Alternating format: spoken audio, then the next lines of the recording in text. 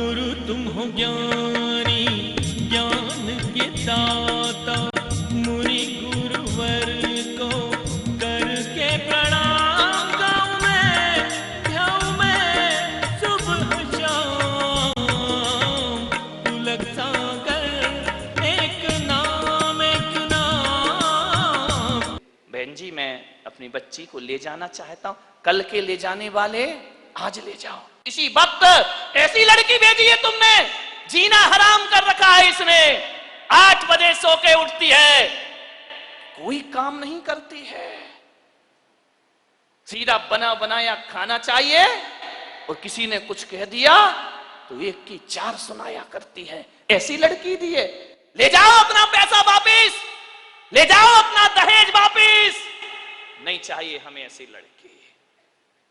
पिता का सिर झुक गया, बेटी की गलती से ध्यान रखना, शर्मिंदा हुआ, बेटी को लिया चला गया। बोले बहन जी 10-15 दिन में भेज दूंगा। बोले कभी नहीं, जिंदगी मत भेजना उसको, यहां दरवाजे उसके लिए हमेशा के लिए बंद हैं।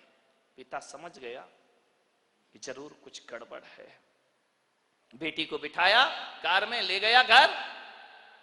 रास्ते में पिता ने पूछा कि बेटी एक बात बता, ये माहौल कैसे निर्मित हो गया? बोले पिताजी कहां पटक दिया तुमने मुझे ले जा करके, इससे अच्छा तो कुमारी रह लेती तो अच्छा था। बोले बेटा एक बात बताओ, देखो चिंता मत करो, मैं हूं ना, सब सही हो जाएगा। एक बात बताओ, तुम्हारी ससुराल कैसी है? बोले देखी नहीं है क्या, एकदम नरक, ससुराल नरक। बोले बेटा एक बात बताओ, तुम्हारी सास कैसी है? बोले डायन, सास डायन, चुड़ैल। अच्छा, ससुर कैसे हैं? ससुर राक्षस पूरे। अरे बाप रे, ससुर राक्षस, सास डायन। बोले बेटा अच्छा एक बात बता, जेठ कैसे? बोले धूर्त नंबर 1 का मूर्ख। अरे बोले देवर कैसा है? बोले आवारा बदमाश, यहां वहां घूमते रहता है। अच्छा तो बेटी एक बात बता, ननंद कैसी है? बोले नंबर 1 की चुगली करने वाली चुगलखोर, उसके जैसी लड़की मैंने जिंदगी में नहीं देखी। तो बोले बेटा एक बात बता, तेरा पति कैसा है? बोले साक्षात यमराज। पति यमराज, ससुर राक्षस, सास डायन, देवर आवारा, जेठ मूर्ख, ननंद चुगलखोर। बोले एक बात और बता दे बेटा, तेरे पड़ोसी कैसे हैं? बोले LLB। बोले LLB? बोले लुच्चे लफंगे बदमाश। LLB तो यही होता है। बोले लुच्चे लफंगे बदमाश। अरे पिता ने कहा यार एक आदमी गलत हो सकता है, 2 गलत हो सकते हैं, पूरी ससुराल का हर मेंबर गलत है। ससुराल तो छोड़ो, पड़ोसी भी गलत है। समझदार पिता था। ध्यान रखना, लड़की के माँ बाप को बहुत समझदार होना पड़ता है। उस पिता ने कहा कि अब गड़बड़ ससुराल नहीं, गड़बड़ मेरी लड़की है। एक भी तो अच्छा नहीं है पूरे घर में, जो देखो सब इसके खिलाफ है, जो देखो सबकी ये बुराई कर रही है। बोले बेटा चिंता। बोले पिताजी अब मैं कभी नहीं जाऊंगी। बोले मत जाना, तेरे बाप का घर है, आराम से रहना। बेटी अपने यहां किसी चीज की कमी नहीं। ले गया पीहर में।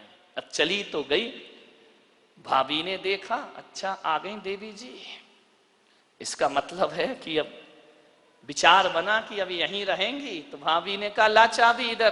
कहा कि भाभी अभी ध्यान रखना 2-4-8 दिन को जाओ तो भाभी भी इज्जत करती है, और जब रोज रोज रहने लगो तो भाभी भी कहती बहुत हो गई दीदी दीदी, जीजी जीजी, अब साइड हो जा, चल उठ, खाना बना, चाय ला, नाश्ता ला, बहुत ऐसो आराम हो गए तेरे। उसने कहा यार भाभी तुम तो मुझे इतना प्यार करती थी। अरे बोले करती थी प्यार, तरीके से रहे तो प्यार करे, अब तू ससुराल छोड़ के आ गई, यही रहेगी क्या? हमारी छाती पे दाल दलेगी। अरे उसने कहा यार भाभी का तो नेचर बदल गया, ज्यादा लड़की पीहर में रहेगी इज्जत खराब हो जाएगी। मेरे भाई ध्यान रखना, लड़की की शान पीहर से डोली उठना है और ससुराल से अर्थी उठना, ये लड़की की शान हुआ करती है, ये लड़की का जीवन हुआ करता है। भाभी का व्यवहार, मंदिर गई 1 दिन 2 दिन 5 दिन, 2 महीने हो गए, अब तो मंदिर वालों को परेशानी हो गई, पूछने लगे क्यों लेने नहीं आ रहे क्या? अब तेल जले तेली का, दिल जले मसालची का। बाप के यहां रह रही है, पड़ोसी का पेट दुख रहा है। जो भी सहेली मिलती, क्यों कहां घूम रही है, जीजा जी नहीं आई क्या? अरे उसने कहा सत्यानाश हो वो जीजा का, ना मुझे ससुराल में रहने दे रहा है, ना पियर में रहने दे रहा है। जहां जाए, शादी में जाए, पार्टी में जाए, कहीं भी जाए, हर कोई पूछे क्यों लेने नहीं आ रहे, छोड़ दिया क्या? अरे उसने कहा यहां जीना तो और भी। मेहमान पूछे, रिश्तेदार पूछे, जो देखो वो टोके, ससुराल नहीं जाती है, 3 महीने हो गए, झगड़ा चल रहा है क्या, कुछ अनबन है क्या? अरे उसने कहा मैं तो मर गई, वहां से गई, यहां आसमान से गिरी और खजूर पे। ध्यान रखना, ये मोहल्ले वाले नहीं जीने देते हैं, ध्यान रखना, इनको बड़ी परेशानी हो जाती है, क्यों नहीं जा रहे? अब मंदिरों में एक ही चर्चा, फलाने सेठ की लड़की ससुराल नहीं जा रही है, लगता है कि छोड़ दिया है, लगता है कि तलाक की तैयारी है। अरे हमें तो मालूम था ये ऐसा ही है, ये कहीं भी रहने वाली। अरे उसने कहा ये तो मेरा जीना हराम हो गया, 3 महीने में पूरे मोहल्ले ने उपद्रव मचा दिया। बोले सेठ जी ये लड़की जाती नहीं है क्या? अब सेठ क्या बोले? सेठ एक दिन उदास बैठी थी झरोखे पर, सेठ ने कहा बेटी बड़ी दुखी दिख रही। बोली करूं क्या पिताजी, मैं ससुराल बिल्कुल नरक है, और यहां शादी के बाद क्या आ गई कि मेरी इज्जत ही मिट्टी में मिल गई। जो देखो मुझे शक की निगाह से देखता है, जिससे बात करो, जैसे ही बात करो पहला प्रश्न होता है जीजा जी कहां है? अब वो जीजा ने तो मेरा जीना हराम कर दिया है, इससे अच्छी तो पिताजी मेरी शादी ही नहीं होना थी। ध्यान रखना, यदि मोहल्ला टोंकता है, समाज टोंकती है, ये बुरी बात नहीं है, ऐसे ही टोंका करो, किसी का उजड़ा हुआ घर फिर से बस जाएगा। ध्यान रखिए, मानने बहुत दुखी हो गई वो। पिता ने पूछा बेटी एक काम करेगी? बोले क्या? बोले अपने नगर में एक महाराज पधारे हैं, बड़े पहुंचे हुए संत हैं, मैंने तेरी चर्चा उनसे की है। क्या बोले महाराज? बोले पहले सुन ले शांति से। उन्होंने मुझे एक मंत्र दिया है, यदि इस मंत्र की मैं साधना करूं, मंत्र का जाप करूं, तो 6 महीने में ससुराल तेरी मुट्ठी में आ जाएगी। मुट्ठी में आ जाएगी? बोले अब लड़की चाहती क्या है? इनको सबसे बड़ा दुख क्यों है कि किसके अंडर में मैं रहूं? ये तो ये चाहते कि जाते साथ मेरा राज्य हो जाए, मैं महारानी बन जाऊं, सब लोग मेरे इशारे पर काम करे। इनको राजपाट चाहिए और कुछ नहीं चाहिए। ध्यान रखना, बहू को चाहिए घर की चाबी, घर की मालकियत। वो किसी के अनुशासन में रहना नहीं चाहती है, लोगों को अनुशासन में रखना चाहती है। पिता ने कहा बेटा 6 महीने में तेरी ससुराल का पूरा वातावरण बदल जाए तो तू ससुराल जाना चाहेगी? उसने कहा पिताजी क्यों नहीं जाना चाहूंगी। अब अकल आ गई उसको ठिकाने, ज्यादा बहू गड़बड़ करे ना तो 1 आध साल छोड़ दिया करो, अपने आप आएगी लौट के वापस। ध्यान रखना, अब अकल आ गई उसको कि क्या करूं। बोले हाँ पिताजी जा सकती हूं मैं। बोले सब तेरी मुट्ठी में होगा। बोले सब होगा? बोले हाँ। तो बोले मैं जा सकती हूं पिताजी। पति? बोले वो तेरे आगे पीछे घूमेगा। सास? अरे तेरे पैर छुएगी वो। सास पैर छुएगी? बोले हाँ। अरे ऐसी ससुराल तो चाहिए थी मुझे। बोले मैं, महाराज ने क्या कहा? बोले महाराज ने ये कहा कि मंत्र। बोले पिताजी देखो ये मंत्र मुझसे नहीं होगा, ये कठिन काम है। बोले एक काम कर, महाराज ने ये कहा है कि मंत्र तो मैं जप लूंगा, साधना तू कर लेना। बोले मंत्र तुम जपो, साधना मैं करूं? बोले हाँ, तुरंत इफेक्ट पड़ेगा। तो बोले पिताजी मुझे क्या साधना करना है? बोले साधना तुझे इतनी करना है कि 6 महीने किसी को जवाब मत देना, किसी को भी कोई कुछ भी बोल दे, 6 महीने जवाब मत देना, और 6 महीने किसी से अकड़ना मत, झुक करके जीना, ईमानदारी से काम करना। बोल तैयार है? बोले पिताजी तैयार हूं, बस 6 महीने ना। बोले हाँ, उससे ज्यादा तो नहीं। बोले नहीं, उसके बाद ससुराल मेरी मुट्ठी में। अरे बोले तुरंत मुट्ठी में। वो बोले नहीं हुई तो बेटा अपना घर है, वापिस आ जाना। गया, तैयार हो गई, पिता ले गया ससुराल में। जैसे ही पहुंचा सबने देखा, फिर आ गई ये आफत की जान है। कोई नहीं बोला इनसे, न ननन ने बोला कि भाभी आ गई, न देवर ने बोला भाभी आ गई, न जेठ ने बोला बहू आ गई। पति ने कहा फिर आ गई कलमुही इस घर को बर्बाद करने।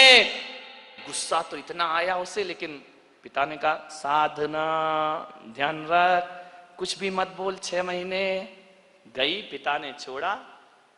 सास से बोला कि बहन जी ये रखिए इसको, बदल गई। बोले ये क्या बदलेगी, वापिस ले जाओ इसको, मैंने मना किया था ना कि हमारे यहां मत भेजना। एक मौका तो हर किसी को दिया जाता, इसको देने का प्रयास करिए। सास ने कहा ठीक है। गई, सुबह उठी, 8 बजे उठती थी। 6 महीने मुझे 6 बजे उठना है। उठी, गई, सासू के पैर पड़े। अरे सास ने कहा ये क्या है, ये पैर पड़ रही मेरे। बोले अम्मा जी आशीर्वाद दो कि आज का दिन सुख शांति से बीते, शुभ बीते। तुम आशीर्वाद दे दो तो सुख शांति। सास खुश हो गई तो फिर तो शांति शांति है। बोली अम्मा जी आशीर्वाद दो, मैं सबको खुशियां बांट सकूं। अम्मा ने कहा यार ये बोल क्या रही है। ठीक ठीक बेटा आशीर्वाद। जा रही थी, एक पैर की चोट लगी, कांच का गिलास फूट गया। ससुर ने कहा अंधी है क्या, दिखता नहीं है तुझे, आते ही 7 उपद्रव शुरू हो गए तेरे। जब तक नहीं थी बड़ी शांति थी, गिलास फोड़ के रख दिया। अब गुस्सा इतना आया, उसने कहा बुढ़े यदि मेरा बाप मंत्र नहीं जप रहा होता तो गिलास तेरे सिर पे फूटता, लेकिन अब मैं कुछ बोल नहीं सकती हूं, मजबूर हूं। क्या बोलूं, पिता का चेहरा याद आया। बेटा कुछ जवाब नहीं देना। चुप रह गई। बोली पिताजी गलती हो गई, कल से ध्यान रखूंगी। बाप ने कहा यार ये गलती हो गई, इसके मुंह से तो गलती शब्द हमने सुना ही नहीं है। एक कहते थे तो 100 जवाब देती थी, 1000 जवाब। आज कह रही गलती हो गई। उसने कहा बुढ़े रुक जाओ, 6 महीने बाद तुझे नहीं इस घर से निकाला मैंने तो मेरा नाम भी, कौन बोला झांसी की रानी नहीं है। ध्यान रखना, विचार करिए। एक बात ध्यान रख, बस 6 महीने, इसका जवाब तुझे 6 महीने बाद दूंगी मैं, ध्यान रखना। गई, सुबह से नाश्ता बना रही, चाय बना रही। सास के कान में आवाज गई। उसने अपनी बेटी से कहा बेटी देख रसोई में इतने सुबह सुबह कौन गया है, कोई बिल्ली इल्ली तो नहीं है। ननन ने कहा बिल्ली नहीं है, ये अपनी वाली बिल्ली है। तो बोले कर क्या रही है। बोले नाश्ता बना रही है। अरे बाप रे, देवर के लिए थाली परोसे, जेठ के लिए सब व्यवस्था करे, पति का ध्यान रखती, ननन से प्यार करती, सहेली जैसी रहती। और बस अंदर क्या आग लगी थी, ये सब ड्रामा कब तक का है, 6 महीने का ड्रामा है। बस ध्यान रखना, सबको मेरी मुट्ठी पे चलना पड़ेगा, जीना पड़ेगा। देखा 1 दिन बीते, 2 दिन, महीने भर हो गए, इतना व्यवहार चेंज। सास ने कहा बेटा तू वही वाली है या तेरे पिताजी ने बदल के भेज दी है, तुम जुड़मा तो नहीं थी। बोले नहीं अम्मा जी कैसी बात कर रही हो, ये घर मेरा है, ये स्वर्ग से सुंदर मेरा घर है, मैं इस घर को बसाऊंगी। सास ने कहा बेटा तू इतनी चेंज हो जाएगी। मां बुढ़िया रुक जा, 5 महीने तो बचे, फिर बताऊंगी मैं तुझे। इतनी सॉफ्ट, पैर दबाती, जय जिनेन्द्र करती, पिताजी को पिताजी पिताजी कह करके बात करती, लोगों के दिलों पे राज करने लगी। 1 महीने में उसने देखा यार बाबा जी का मंत्र तो बड़ा प्रभावी है। उन्होंने तो कहा था 6 महीने लगेंगे, यहां तो पूरी सरकार मेरी मुट्ठी में आ गई है, अब तो अपना राज हो गया है। एक दिन सास ने बुलाया बेटा इधर आ, इधर आ, देख तू इतनी अच्छी लक्ष्मी आई है मेरे घर में। बोले लक्ष्मी, मालूम नहीं लक्ष्मी कब रणचंडी दुर्गा बन जाएगी। बोले बेटा एक काम कर, ये जो चाबी है ना आज से तू संभाल। अरे उसने कहा हो गई आज मेरी जिंदगी। ला अम्मा जी लाओ लाओ, अरे ले बेटा ले। पति से कहा, बेटे से कहा, दुकान से लौटो, जो भी पैसा आए घर की लक्ष्मी के हाथ में देना। अब मैं बूढ़ी हो गई हूं, अब सब हिसाब किताब यही रखेगी, अब घर यही चलाएगी, धोबी का पैसा भी यही देगी, दूध वाले का पैसा ये देगी, सब्जी वाले को पैसा ये देगी, जो भी कमाई करके लाओ मेरी बहू रानी के हाथ में रख देना।